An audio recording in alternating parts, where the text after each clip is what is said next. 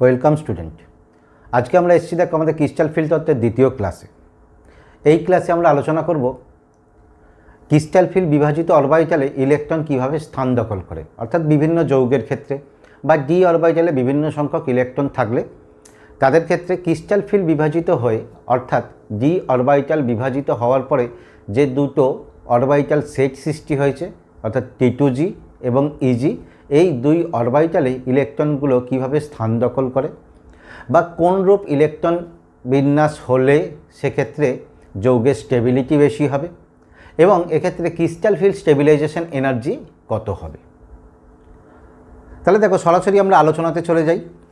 প্রথমেই আসছি, দেখো আগের দিন আমরা যেটা দেখেছিলাম যে সাধারণ অবস্থায় ডি অরবিটালের ক্ষেত্রে কি হয়, সুস্থিত অবস্থায় ডি অরবিটাল ক্রিস্টাল ফিল্ডের প্রভাবে শক্তি বৃদ্ধি ঘটে এবং শক্তি বৃদ্ধি ঘটে একটা উচ্চ শক্তি স্তরে যায়, যাকে আমরা কি বলছিলাম, ইট ইজ ব্যারি সেন্টার। এইটা সুস্থিত অবস্থা বা সাধারণ অবস্থা, এটা ব্যারি সেন্টার। এবার এই ব্যারি সেন্টারে এসে তোমার কি হচ্ছিল, বিভাজিত হচ্ছিল অরবিটাল, অর্থাৎ একটা উচ্চ শক্তি স্তরে যাচ্ছে, কোনটা, যেটাকে আমরা চিহ্নিত করছিলাম কি হচ্ছে ইজি দ্বারা, আর একটা নিম্ন শক্তি স্তরে আসছে তিনটে অরবিটাল, যেটাকে আমরা দেখছিলাম কি T2G দ্বারা। এই ছিল আমাদের তোমার ডি অরবিটালের বিভাজন এবং ক্রিস্টাল ফিল্ড বিভাজন। এবং এদের মধ্যে তোমার কি ছিল মনে আছে, শক্তির যে পার্থক্য ছিল সেই পার্থক্যটাকে আমরা কি দ্বারা চিহ্নিত করেছিলাম, দ্যাট ইজ ডেল্টা নট। এবং ক্রিস্টাল ফিল্ডের সাপেক্ষে এদের ক্ষেত্রে তোমার শক্তি বৃদ্ধি ঘটছিল কত, +0.6 ডেল্টা নট। এদের ক্ষেত্রে শক্তির হ্রাস ঘটছিল, সেটা হচ্ছে কত, -0.4 ডেল্টা নট। এই ছিল আমাদের আগের দিনের পড়া। এবার দেখো আমরা এখানে দেখব যে ডি অরবিটালের ক্ষেত্রে বিভিন্ন সংখ্যক ইলেকট্রন থাকলে তাদের ক্ষেত্রে তোমার কি হচ্ছে, ক্রিস্টাল ফিল্ড বিভাজিত হওয়ার পরে যে দুটো কক্ষকের সেট সৃষ্টি হয়েছে তাদের ক্ষেত্রে কিভাবে ইলেকট্রন স্থান দখল করে এবং কত রকমভাবে স্থান দখল করতে পারে। তো এখানে দেখো প্রথমে যদি আমরা দেখো এরকম একটা সিস্টেম নেই, D3 সিস্টেম, অর্থাৎ কোনো একটা কেন্দ্রীয় পরমাণু, যার কেন্দ্রীয় পরমাণু ডি অরবিটালে 3টে ইলেকট্রন আছে। তোমরা যদি একটা উদাহরণ ভেবে নাও কোনো একটা 3+ আয়নের ক্ষেত্রে, যেখানে 3টে ইলেকট্রন আছে, সহজেই ভেবে নিতে পারো 3টে ইলেকট্রন যুক্ত ডি অরবিটাল কার ক্ষেত্রে হতে পারে, 3+ এর ক্ষেত্রে। দেখো যার ক্ষেত্রে তোমার কি হবে, পরমাণু ক্রমাঙ্ক যদি 24 হয় তার ক্ষেত্রে হবে, যেমন ধরো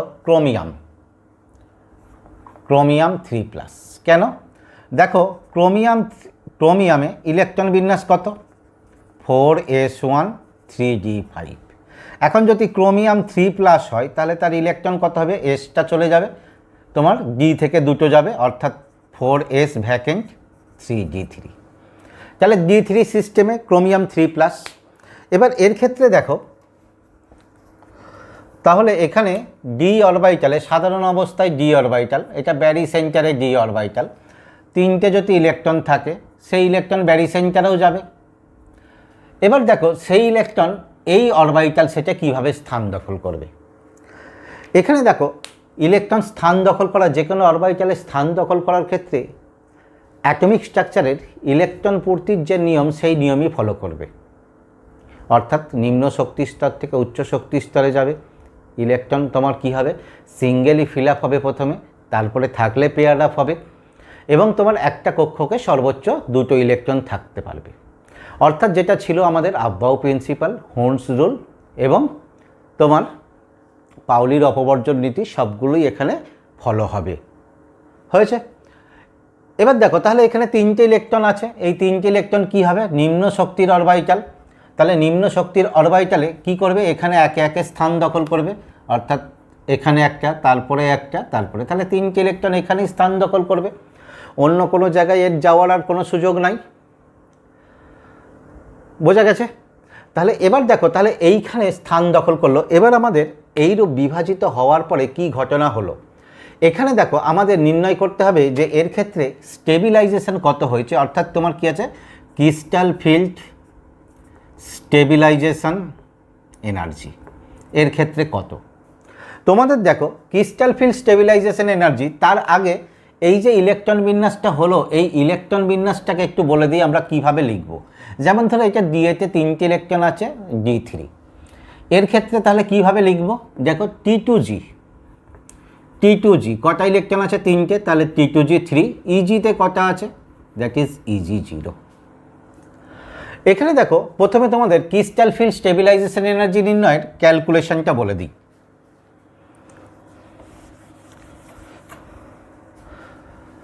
ধরে নাও যে কোনো একটা ইলেকট্রন বিন্যাস, কীরকম ইলেকট্রন বিন্যাস, যে T2GX EGY, অর্থাৎ T2Gতে X সংখ্যক ইলেকট্রন আছে, ইজিতে Y ইলেকট্রন আছে। তাহলে এক্ষেত্রে ক্রিস্টাল ফিল্ড স্টেবিলাইজেশন এনার্জি কত হবে।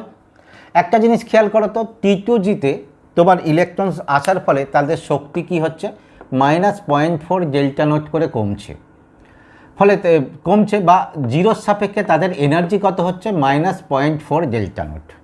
তাহলে ইজিতে প্রতিটা ইলেকট্রনের শক্তি কত হচ্ছে, -0.4 ডেল্টা নট। এখন দেখো কটা ইলেকট্রন আছে, X সংখ্যক, তাহলে গুণিত X বা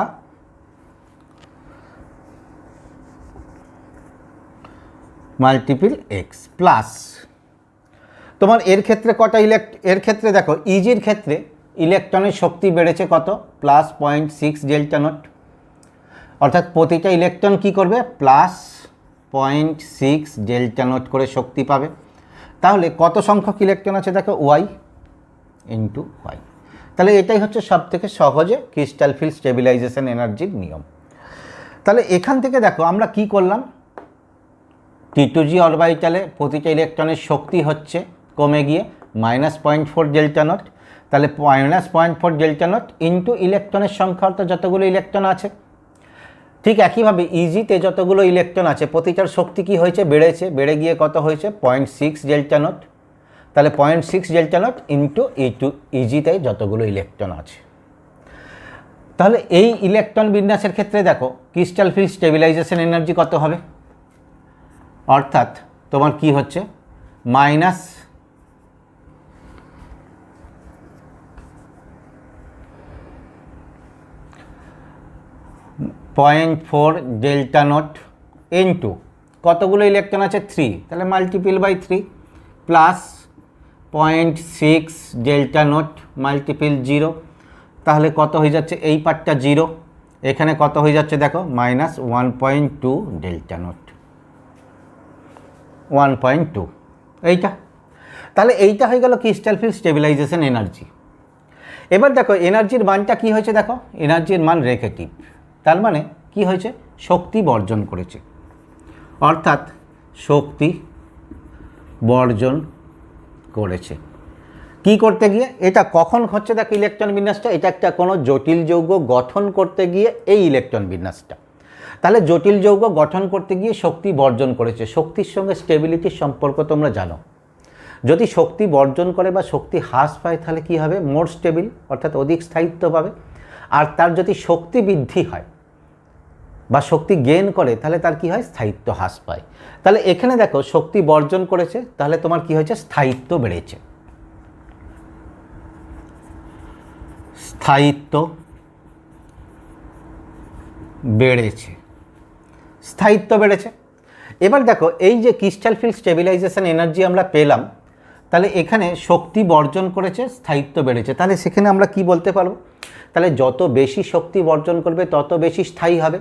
এবার দেখো তো যত বেশি শক্তি বর্জন করবে তাহলে এইখানে তোমার কি হবে, এর ঋণাত্মক মানটা তোমার কি হবে, বেশি, অধিক বেশি হবে যত বেশি শক্তি বর্জন করবে।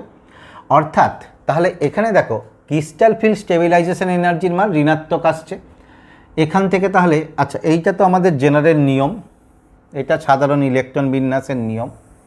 তাহলে এখান থেকে আমরা কি বলতে পারি, দেখো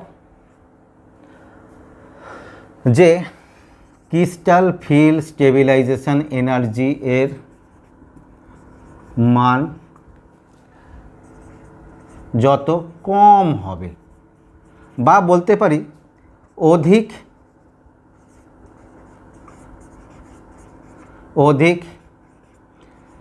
ঋণাত্মক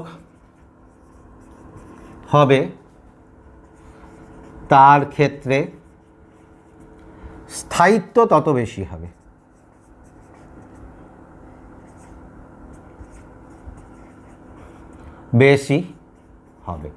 যত কম হবে মানে অধিক ঋণাত্মক হবে, তাহলে তার ক্ষেত্রে স্থায়িত্ব বেশি হবে, কারণ অধিক শক্তি বর্জন করছে।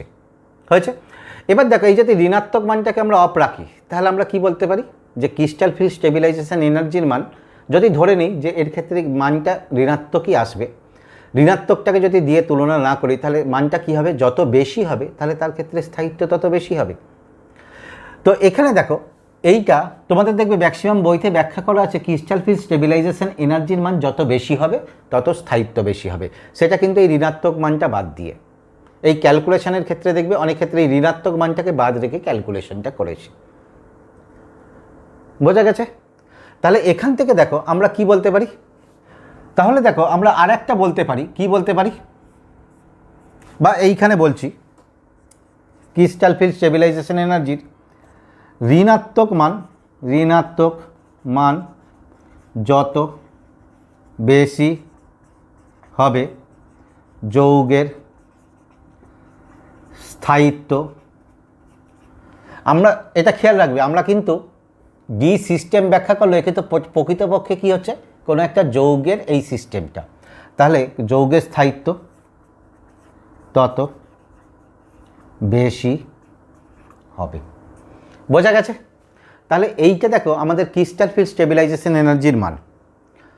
তো এখানে আমরা ক্রিস্টাল ফিল্ড স্টেবিলাইজেশন এনার্জিটা শুধুমাত্র গণনা করে দেখেছি, এখানে আমাদের ইলেকট্রন বিন্যাসের কোনো সমস্যা ছিল না, এক প্রকার ইলেকট্রন বিন্যাস, কারণ দেখো তিনটে ইলেকট্রন আছে, তিনটে ইলেকট্রন এই অরবিটালেই পরপর করে আসবে, অন্য জায়গায় যাওয়ার কোনো সুযোগ নাই।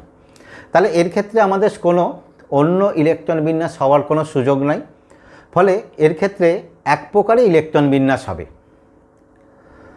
যেটা দেখো তোমাদের এখানে বলে দিই, কার কার ক্ষেত্রে সাধারণত এক প্রকারের ইলেকট্রন বিন্যাস হয়, বলছে যদি D1 হয়, D2, D3, D8, D9 ও D10, এদের ক্ষেত্রে কি হচ্ছে, এদের এক প্রকারের ইলেকট্রন বিন্যাস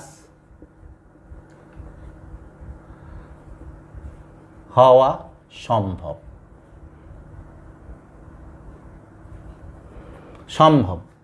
তাহলে ভিন্ন প্রকারের ইলেকট্রন বিন্যাস কাদের ক্ষেত্রে হওয়া সম্ভব? যদিও তোমরা ভিন্ন প্রকারের ইলেকট্রন বিন্যাস এখনও দেখোনি, এটা দেখলে আরও পরিষ্কার হবে, জাস্ট এখানে একবার বলে দিই। তাহলে এইগুলো বাদে কি রইল, D3-র পরে কি বাদে রইল, D4, D5, D6 ও D7-এর ইলেকট্রন বিন্যাস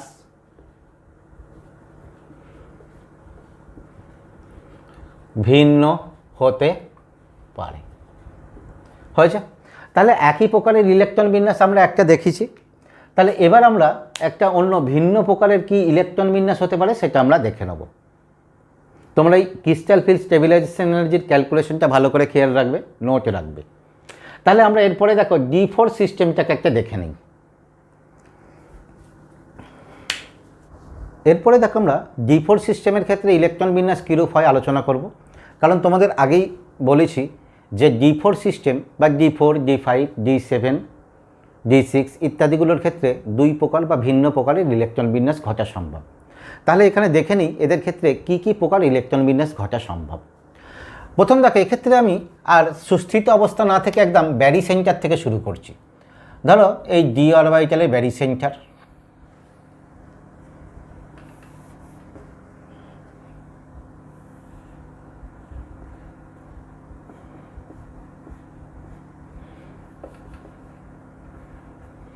ডি অরবিটাল বা ডি কক্ষক,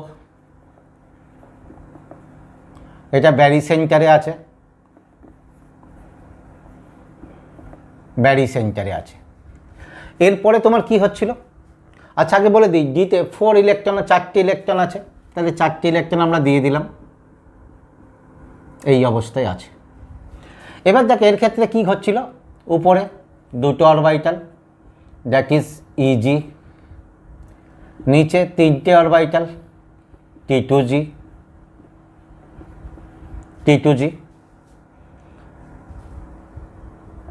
শক্তির পার্থক্য কত? এদের ক্ষেত্রে কি ছিল? +0.6 ডেল্টা নট, এদের ক্ষেত্রে কত ছিল? -0.4 ডেল্টা নট। এইটা। এবার দেখো এই তিনটে ইলেকট্রন কীভাবে স্থান দখল করতে পারে। এই চারটি ইলেকট্রন, দেখো চারটি ইলেকট্রন প্রথমে একটা একটা করে স্থান দখল করলো, এই আগে এটা দেখেছ। তাহলে তিনটে ইলেকট্রন স্থান পেল। এরপরে দেখো ফোর্থ ইলেকট্রনটা কি হতে পারে। ফোর্থ ইলেকট্রনটা স্থান পাওয়ার দুটো অপশান থাকছে। ফোর্থ ইলেকট্রনটা স্থান পাওয়ার অপশান থাকছে, এখানে পেয়ার আপ শুরু করবে T2Gতে, অথবা ফোর্থ ইলেকট্রনটা ইজিতে চলে যাবে। তাহলে দুটো ইলেকট্রন বিন্যাস এখানে ঘটা সম্ভব। তাহলে আমরা প্রথমে দেখো এখানে পেয়ার আপটা দেখাচ্ছি যে ফোর্থ ইলেকট্রনটা এখানে পেয়ার আপ করলো। আর একটা এদিকে দেখিয়ে দিচ্ছি যে যদি ওখানে পেয়ার আপ না করে,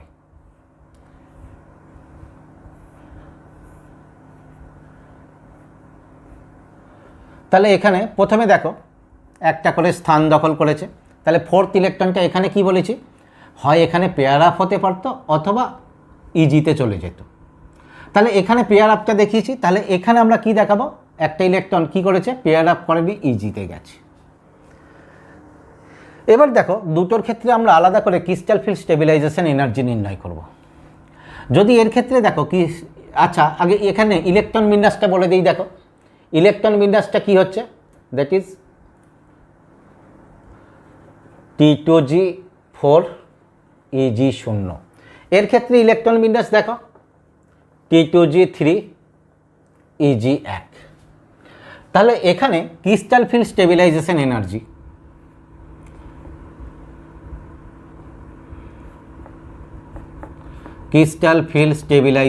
এনার্জি মান কত হবে? দেখো চারটি ইলেকট্রন আছে, প্রথমে এই ইলেকট্রনগুলোর শক্তি কত, -0.4 ডেল্টা নট ইন্টু চারটি ইলেকট্রন আছে 4 প্লাস, উপরের ক্ষেত্রে কত, +0.6 ডেল্টা নট ইন্টু 0, কারণ উপরে কোনো ইলেকট্রন নাই। এর ক্ষেত্রে দেখো ক্রিস্টাল ফিল্ড স্টেবিলাইজেশন এনার্জি কী হবে, ক্রিস্টাল ফিল্ড স্টেবিলাইজেশন এনার্জি কত হবে, এগুলোর ক্ষেত্রে কত, -0.4 ডেল্টা নট, কটা আছে, তিনটে, তাহলে ইন্টু 3 প্লাস কত, +0.6 ডেল্টা নট ইন্টু কত, 1, এইটা হয়েছে।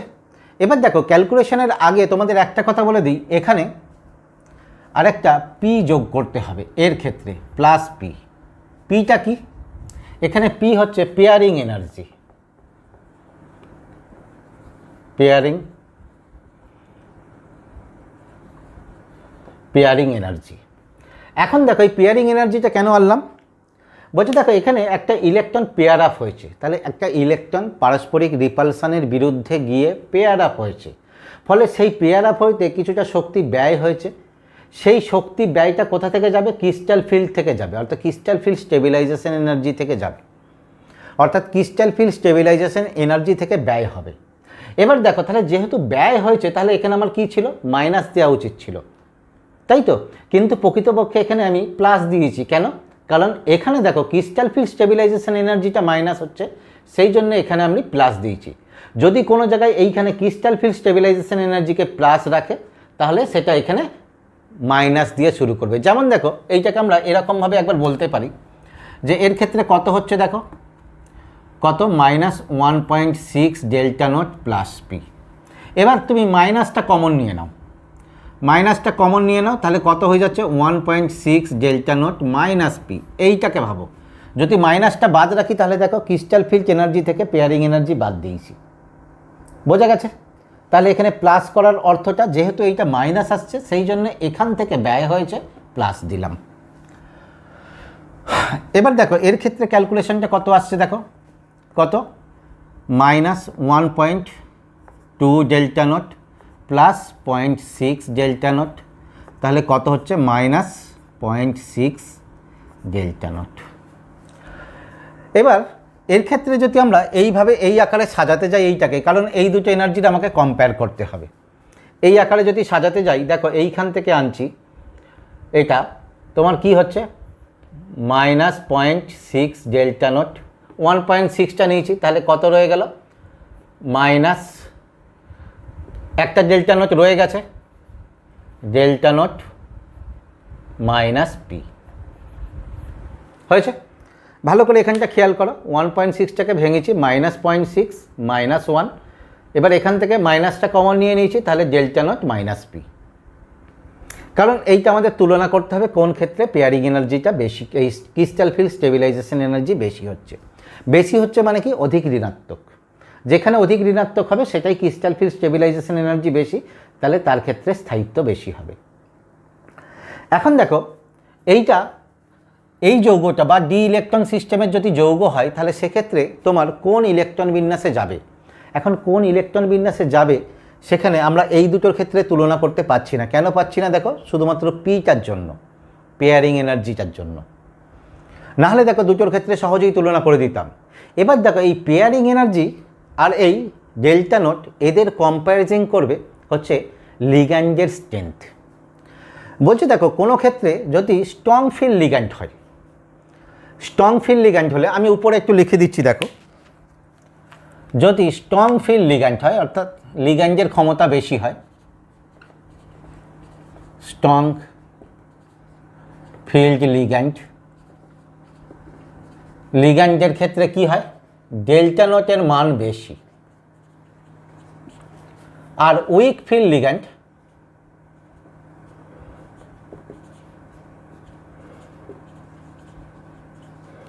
এর ক্ষেত্রে তোমার কি হবে ডেল্টা নোট কম হয়েছে। তাহলে এখানে দেখো এই বিভাজনটাকে আমরা একটু অন্যভাবেও দেখাতে পারি। কী রকম? ছোট করে আমি এখানে দেখাচ্ছি, দেখো যদি D orbital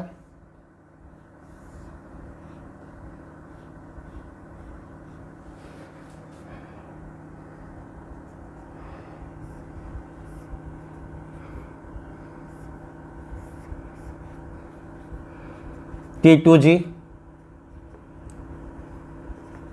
EG, that is এটা কি হচ্ছে delta note.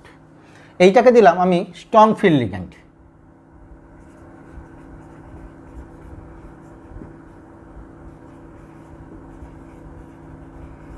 Strong field ligand. এবার আসছি দেখো উইক ফিল্ড লিগ্যান্ডের ক্ষেত্রে,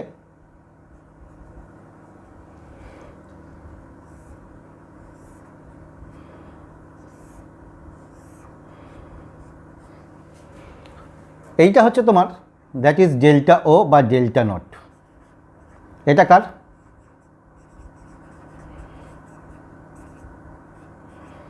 উইক ফিল্ড লিগ্যান্ড। তাহলে এখানে একটা জিনিস বুঝলে, যদি স্ট্রং ফিল্ড লিগ্যান্ড হয় তাহলে তোমার কি হবে, তার থেকে বিকর্ষণের কারণে স্ট্রং ফিল্ড হলে কি হবে বেশি বিকর্ষিত করবে, ফলে বিভাজনটা অনেক বেশি হবে। কারণ তোমরা জেনে এসছো যে এই বিভাজনটা হয় লিগ্যান্ডের ইলেকট্রনের বিকর্ষণ দ্বারা। কাকে? ডি অরবিটালের ইলেকট্রনকে। তাহলে যদি স্ট্রং ফিল্ড লিগ্যান্ড হয় বিভাজনটা অনেক বেশি হবে, ডেল্টা নটের মান বেশি হবে। যদি উইক ফিল্ড লিগ্যান্ড হয় তাহলে বিভাজন কম হবে, ডেল্টা নটের মান কম হবে। এখন কোনটা স্ট্রং ফিল্ড কোনটা উইক ফিল্ড সেটা আমরা পরে জানবো। আমরা এখন জেনে নেব যে স্ট্রং ফিল্ড এবং উইক ফিল্ড লিগ্যান্ডের ক্ষেত্রে কার ক্ষেত্রে কি হয়।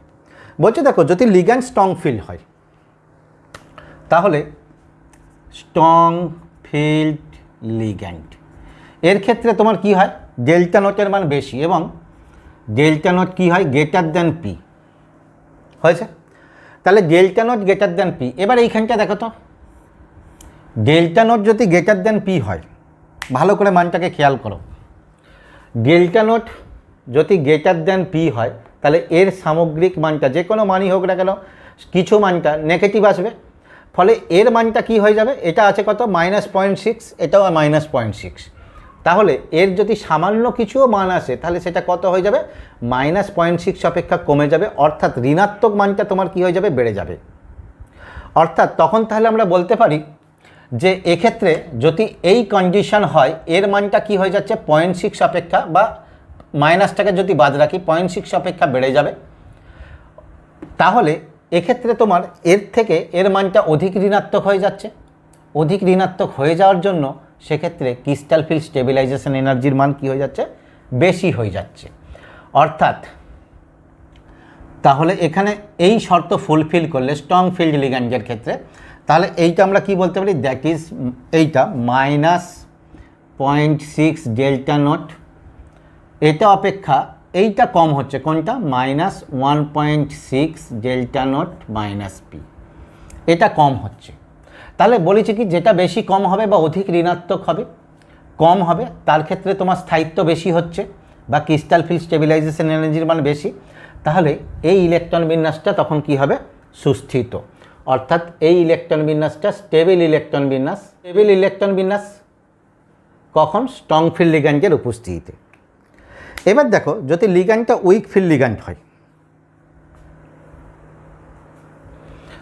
বলছে দেখো লিগ্যান্ড যদি উইক ফিল্ড লিগ্যান্ড হয়, উইক ফিল্ড লিগ্যান্ড শর্ত কি, আগে যেমন দেখো এই শর্তটা দিয়েছিলাম, স্ট্রং ফিল্ড লিগ্যান্ডের ক্ষেত্রে এই শর্ত ছিল, তাহলে উইক ফিল্ড লিগ্যান্ডের ক্ষেত্রে বিপরীত হবে, অর্থাৎ delta not less than P. তাহলে ডেল্টা নট যদি লেস দ্যান পি হয়, খেয়াল করো এইটার ক্ষেত্রে ডেল্টা নট যদি লেস দ্যান পি হয়, তাহলে পিটা বড় হচ্ছে, অর্থাৎ এই ব্র্যাকেটের ভিতরে ঋণাত্মক মান বড়, তাহলে সেটা কি হবে, সামগ্রিক পজিটিভ। পজিটিভ হয়ে যাওয়ার জন্য এর মানটা কি হয়ে যাবে, যদি আমি এটা রাখি পজিটিভ হয়ে যাওয়ার জন্য এর মানটা 0.6 অপেক্ষা কি হয়ে যাবে, বেশি হয়ে যাবে। ঠিক আছে, তাহলে সেক্ষেত্রে তোমার কি হয়ে যাবে, মানটা ওর অপেক্ষা তোমার কি হয়ে যাবে, বেশি হয়ে যাচ্ছে। অর্থাৎ সেক্ষেত্রে তোমার কি হয়ে যাবে, that is -0.6 delta not less than -1.6 delta not minus P হয়েছে। আবার বলছি দেখো, যদি ডেল্টা নট অপেক্ষা পি বেশি হয়, তা ডেল্টা নট অপেক্ষা পি বেশি হয়, এর সামগ্রিক মান ব্র্যাকেটের ভিতরে মানটা positive, negative, negative negative positive হবে, পজিটিভ হওয়ার জন্য এই নেগেটিভ থেকে বাদ চলে যাবে, অর্থাৎ এর মানটা কি হয়ে যাবে, বেশি হয়ে যাবে। ঠিক আছে, ধরো সাপোজ এটা যদি -0.2 এই +0.2 হয়, তাহলে এটা কত হয়ে যাবে, -0.4 হয়ে যাবে তখন।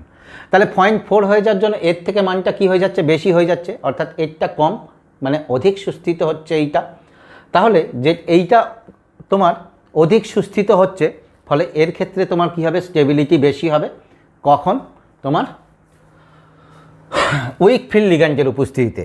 ঠিক আছে, তাহলে এইখানে দেখো এটা স্টেবল হচ্ছে, স্টেবল কখন, আচ্ছা লিখে দিয়ে একটু, স্টেবল কখন, উইক ফিল্ড লিগ্যান্ডে। এইটা স্টেবল কখন, স্টেবল স্ট্রং ফিল্ড লিগ্যান্ডে হয়েছে। তাহলে স্ট্রং ফিল্ড লিগ্যান্ডের ক্ষেত্রে এইটা স্টেবল হচ্ছে ইলেকট্রন বিন্যাস, উইক ফিল্ড লিগ্যান্ডের ক্ষেত্রে এই ইলেকট্রন বিন্যাস স্টেবল হচ্ছে। এবার দেখো তো এই স্ট্রং ফিল্ড লিগ্যান্ড যখন ব্যবহার করছি, তখন দেখো এই ইলেকট্রন বিন্যাসটা সুস্থিত হচ্ছে, কারণ এক্ষেত্রে ক্রিস্টাল ফিল্ড স্টেবিলাইজেশন এনার্জির মান বেশি। এবার এইটা যদি স্টেবল হয়, তাহলে এক্ষেত্রে দেখো একটা ইলেকট্রন পেয়ার আপ হচ্ছে, দুটো আনপেয়ার থাকছে। যদি উইক ফিল্ড লিগ্যান্ডের উপস্থিত হয়, তাহলে এই ইলেকট্রন বিন্যাস সুস্থিত, এখানে দেখো 4টেই আনপেয়ার ইলেকট্রন থাকছে। তাহলে এখানে আমরা দেখো বলতে পারি যে উইক ফিল্ড লিগ্যান্ডের উপস্থিতিতে এই ইলেকট্রন বিন্যাস হবে এবং আনপেয়ার ইলেকট্রনের সংখ্যা বেশি হবে। হয়েছে, এই রূপ কনফিগারেশনকে বলা হয় high spin complex. High spin complex কেন, হাই স্পিন কমপ্লেক্স কেন, কারণ এখানে বেশি সংখ্যক ইলেকট্রন আনপেয়ার থাকছে, তাদের স্পিনিং বেশি হবে। এখানে দেখো স্ট্রং ফিল্ড লিগ্যান্ডের উপস্থিতিতে তোমার কি হচ্ছে, স্ট্রং ফিল্ড লিগ্যান্ডের উপস্থিতিতে তোমার কি হয়ে যাচ্ছে, যে এখানে আনপেয়ার ইলেকট্রনের সংখ্যা কম, একে আমরা কি বলছি, লো স্পিন কমপ্লেক্স।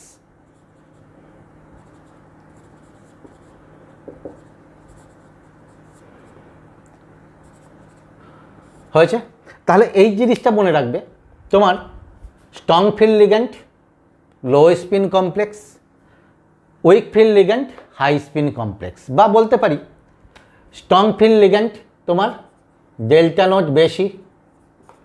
নট বেশি low spin complex, weak field ligand delta naught কম হাই স্পিন কমপ্লেক্স।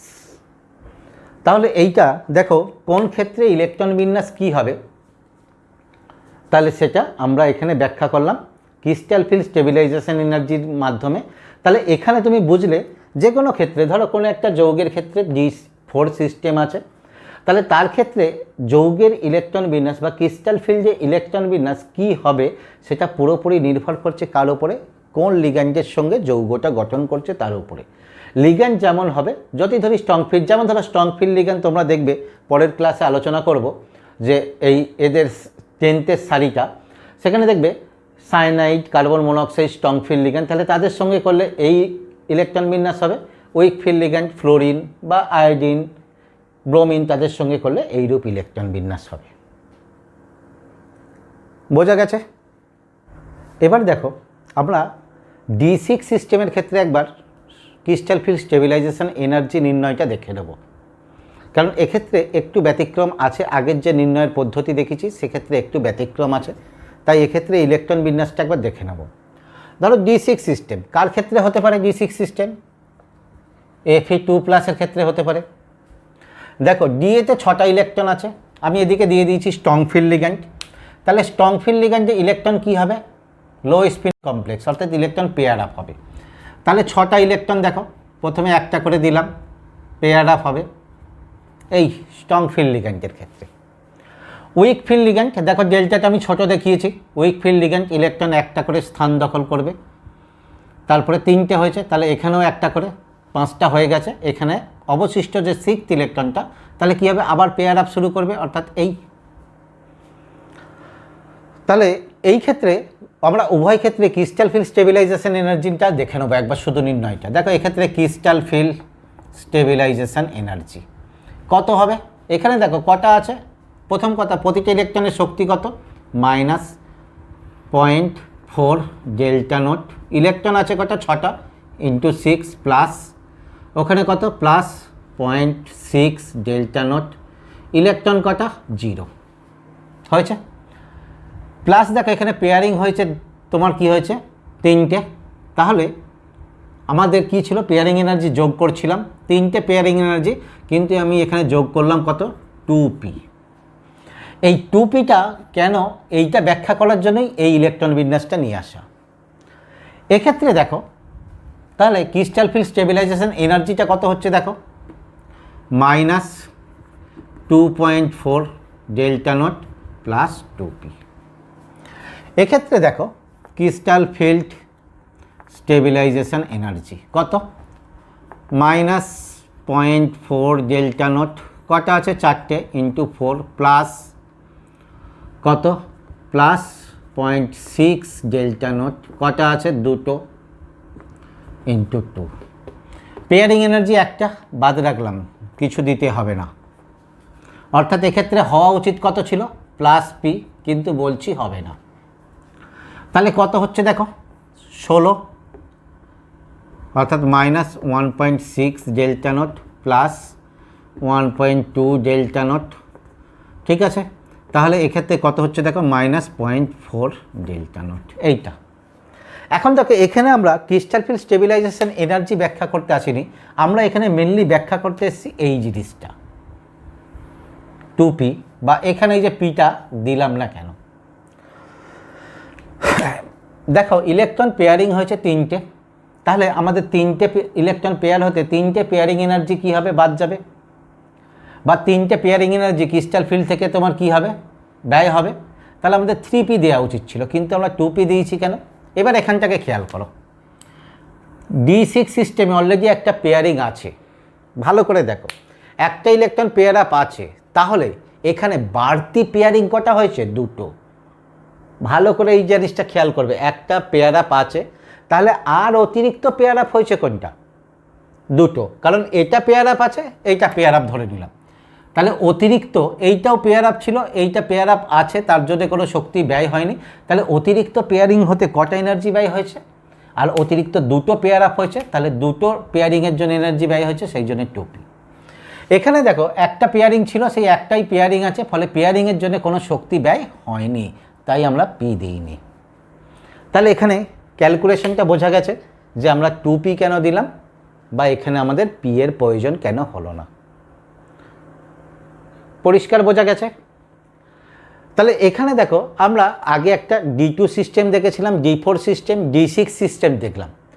আমরা কি বলেছিলাম, কতগুলোর ক্ষেত্রে তোমার কি আছে, আলাদা ইলেকট্রন বিন্যাস হবে না। কার কার ক্ষেত্রে বলেছি তোমাদের মনে আছে নিশ্চয়ই, কার কার? D1, D2, D3, তারপরে কি ছিল D8, D9 এবং D10 এদের ক্ষেত্রে। তাহলে উপরের একটা কক্ষকের শক্তি আমরা দেখে নেব যে ওদের ক্ষেত্রে অন্য কোনো ইলেকট্রন বিন্যাসের এরূপ সম্ভাবনা থাকছে কিনা। এবার দেখো আমরা এই D8 সিস্টেমটার ক্ষেত্রে দেখব এর ক্ষেত্রে ভিন্ন ইলেকট্রন বিন্যাস হওয়া সম্ভব কিনা। এক্ষেত্রে জাস্ট আমরা এইটুকুই দেখব যে দুই প্রকারের, যেমন D4 এর ক্ষেত্রে দুই প্রকার ইলেকট্রন বিন্যাস হওয়া সম্ভব ছিল, হয়েওছে। আমরা আগেও বলেছিলাম যে D8, D9, D10 এদের ক্ষেত্রে দুই প্রকার ইলেকট্রন বিন্যাস হওয়া সম্ভব নয়, সেটা জাস্ট আমরা একবার দেখে নেব। ধরো D8 সিস্টেম, কার ক্ষেত্রে D8 সিস্টেম হতে পারে? D8 সিস্টেম হতে পারে তোমার নিকেল 2+ এর ক্ষেত্রে। তাহলে এদের ক্ষেত্রে দেখো কি হবে, D8 সিস্টেমে 8টা ইলেকট্রন কীভাবে স্থান দখল করবে। যদি আমি ভেবে নিই যে এদিকে উইক স্ট্রং ফিল্ড লিগ্যান্ড আছে, তাহলে একটা করে প্রথমে গেল, তারপরে পেয়ার আপ হবে, পেয়ার আপ 6টা গেছে, বাকি রয়েছে 2টো এইখানে। যদি ধরে নিই উইক ফিল্ড লিগ্যান্ড, তাহলে প্রথমে একটা করে weak field ligand high spin complex, তাহলে একটা করে হওয়ার পরে ইজিতে চলে যাবে, অর্থাৎ এটা তোমার কি ছিল ইজি, এটা T2G। তাহলে একটা করে যাওয়ার পরে ইজিতে গেল, একটা 2টো 5টা হয়েছে, এখনও 3টে ইলেকট্রন আছে এই। তাহলে দেখো 2টো ইলেকট্রন বিন্যাস দেখো সেম। তাহলে এদের ক্ষেত্রে দেখো এইরকম যদি ইলেকট্রন বিন্যাস থাকে, তাহলে তাদের ক্ষেত্রে তোমার কী হবে, স্ট্রং ফিল্ড লিগ্যান্ডই হোক আর উইক ফিল্ড লিগ্যান্ডই হোক, তাদের ক্ষেত্রে ক্রিস্টাল ফিল্ড স্টেবিলাইজেশন এনার্জির বা ইলেকট্রন বিন্যাসের ক্ষেত্রে সেরকম পার্থক্য আমরা দেখতে পাবো না। বোঝা গেছে? তাহলে এক্ষেত্রে দেখো আমরা তোমার ক্রিস্টাল ফিল্ড স্টেবিলাইজেশন এনার্জি বা ডি অরবিটালের ক্ষেত্রে ইলেকট্রন বিন্যাস কীরূপ হয় সেটাকে আমরা আলোচনা করেছি। আমাদের আলোচনা ক্লাসটা আজকে এই পর্যন্তই থাক।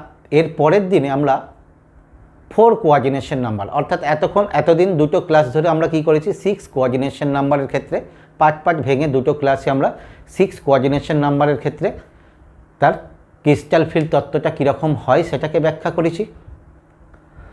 এর পরের ক্লাসে আর আমাদের একটা ক্লাস লাগবে, পরের ক্লাসে আমরা 4 কোঅর্ডিনেশন নাম্বার অথবা বা টেট্রাহেড্রাল যৌগের ক্ষেত্রে ক্রিস্টাল ফিল্ড তত্ত্ব কীরূপ প্রযোজ্য হয় সেটা আমরা দেখব।